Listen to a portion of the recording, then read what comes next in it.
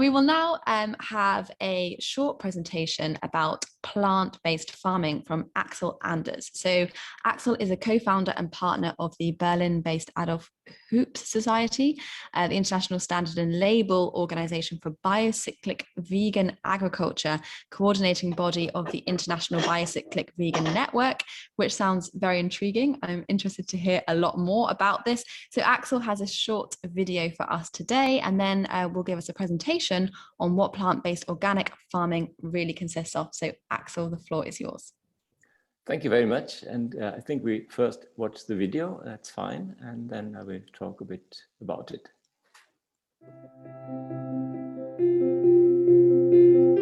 In light of the current environmental and climate crisis, steps must be taken towards more sustainable forms of agriculture and food production. A shift away from animal agriculture towards plant-based farming is a vital part of the solution. But how can we help farmers in adopting more sustainable practices? How can we encourage the development and implementation of policies which favour sustainable practices, such as plant-based organic farming? How can we share best practice and know-how on forms of agriculture that will help us meet our climate targets? And how can farmers ensure that these methods are economically sustainable? The Grow Green Conference intends to address these questions and provide practical pathways and suggestions to shape the future of farming in the EU. Join us live on the 1st and the 2nd of June 2021.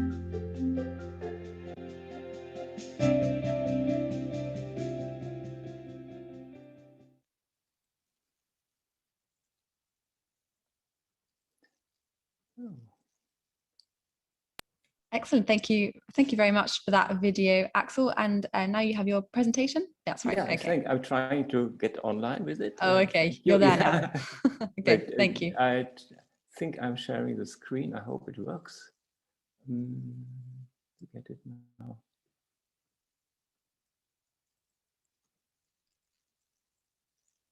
Can you see the presentation?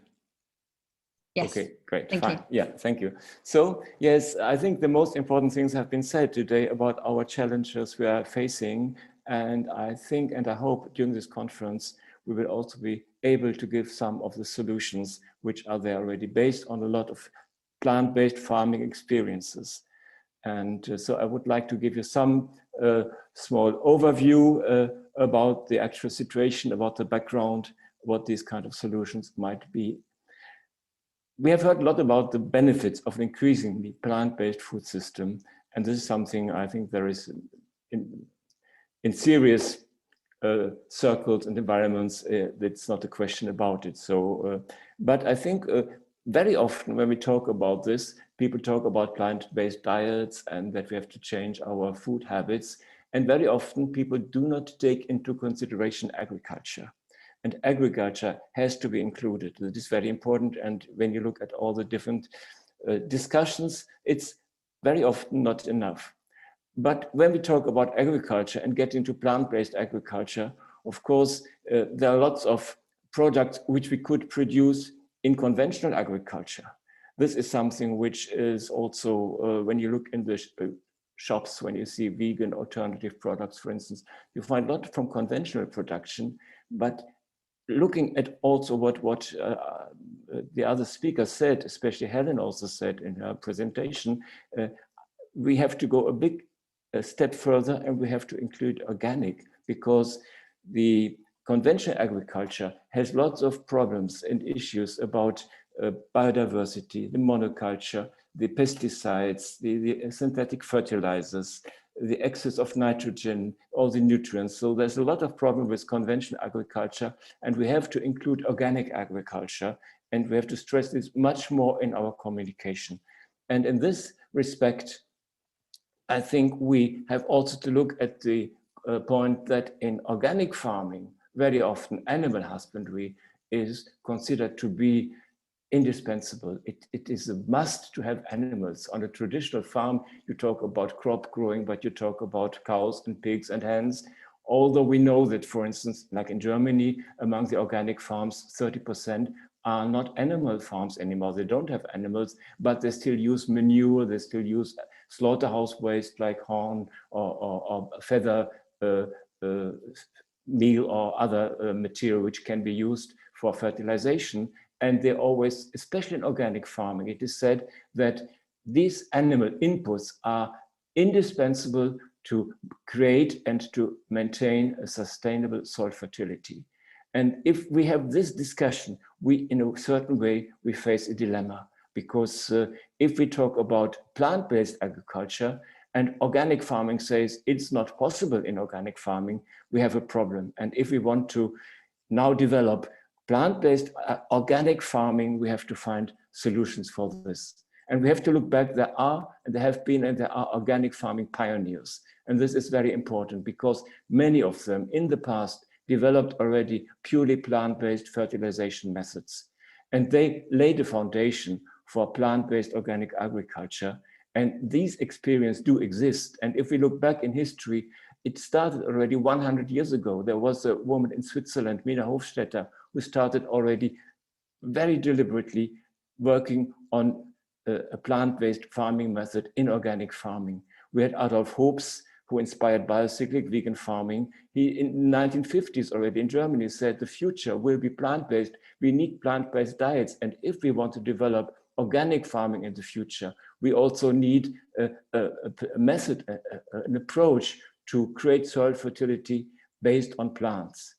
There was also a pioneer who is not very known in East Germany. So they all developed independently and they all discovered this. He was one of the great founders of the nature protection East Germany, Kurt Kretschmann.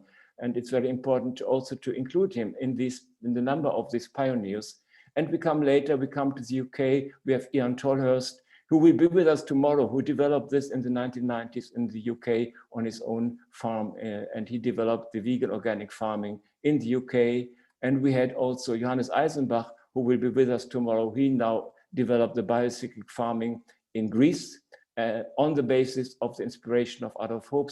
So we have a number of people and many more also in other backgrounds who have developed this already in the past. And so we have a basis of a lot of practices and experiences that we can build on. And so plant-based organic farming, what is it exactly? First of all, it shares the principle and the values of the classical organic agriculture. And mostly it is more than just the EU organic, which is kind of an organic light, which is there for the market, but there are much more values of biodiversity, of soil health, of soil life, which were the basis of original organic agriculture. And this is also what is the basis of plant-based organic agriculture.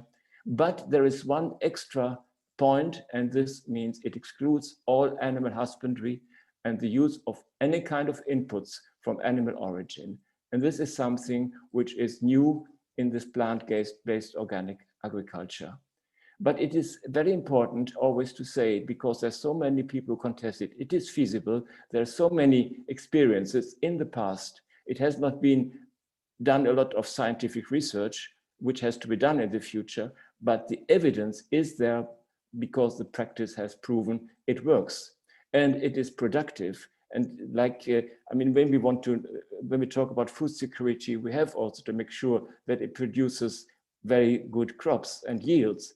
And this is very interesting. There have been now the first trials, just this year it came out in the Netherlands, and there has been a trial for 9 years, a long-term field trial, where plant-based fertilization and organic fertilization with minimum manure, they have the same yield. So it's not a problem. It's not a problem. It's the same kind of yield as in animal agriculture. And even there have been new approaches in Greece in the biocyclic vegan network, where the development of biocyclic humus soil at the University of Athens, for instance, they have even in a field trial, they achieved higher yields with humus soil, with biocyclic plant-based fertilization than even with conventional fertilization. So there is a lot of development possible for the future. And there is one other point which is always said, oh, if you do not use animals, you don't have a closed loop economy. You cannot close the circle because the manure is so important to come back in the field and into the soil. And then we say, of course it is circular, but we do exclude the animal circle, the circle of the animal, where there's such a loss of efficiency, as we have heard. So if we do not use the animal manure, but it is much more concentrated, of course, we use everything. The organic matter goes back to the field, goes back into the soil. If it's from the field, from the farm, even from the region, we can take all organic matter which comes from other places, or even from the food industry. We can even take it from the ocean, where all the nutrients go through the water. We can take the algae and the seaweed, which we can put back in the ground. So it is basically a circular economy, which is very important to know. And it has been practiced by decades by many growers, unconsciously or consciously, but it has been proven, and it can be found in traditional cultivation systems, like in the Mediterranean. It's not the classical farming systems. Very often you have just orchards, you have vegetable farms, you have, so it's there. It has been there in the past, but it has not been there always in a very conscious way. But it has now been formalized in different cultivation standards, and there is the vegan organic standard developed in the UK by Ian Tolhurst and by David Graham, who is one of the big fathers of the movement in the UK. And it was called stock-free or vegan organic farming, starting in the 1990s.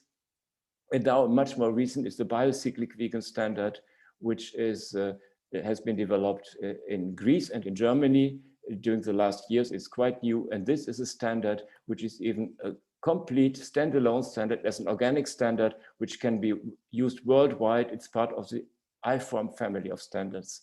And so we have, and about these two standards, we have presentation tomorrow. So it's from practice and from the background and the certification scheme. So this will be part of our presentations tomorrow. But I just wanted to show today already, to add this to the discussion, that these are the solutions which are there and which have a great future.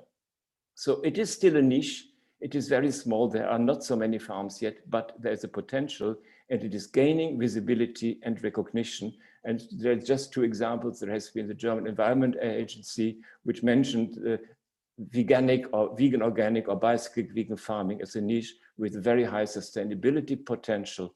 And there has been just recently the German Advisory Council on Global Change, which advises the German federal government. They also consider that vegan farming systems have a very high potential. They are a very climate sensitive organic agriculture. So just to see there is something which is growing, and I think this conference is part of it. It can be upscaled to all kinds of agriculture, from small permaculture gardens to large farms with hundreds and thousands of hectares. And it can be for all crops and in all climate zones. And we can see on the map, which is available now, which just shows some of them, some of these farms. It goes from Sweden to Sicily and from Scotland to Cyprus. So it's all over Europe now and beyond Europe, of course. And this part, like the vegan organic, you see with the yellow dots in the UK, with the yellow logos. We have the green ones, the biocyclic vegan movement. And we have also many, many farms, and not all of them are here. We haven't registered them. They are not affiliated, but there are many farms who work in a veganic way without belonging to any movement. And there are the different websites for these movements, and the veganfarming.org is also a map where you can see it. And tomorrow, of course, we will get more into detail into these questions. So I just wanted to announce this for tomorrow.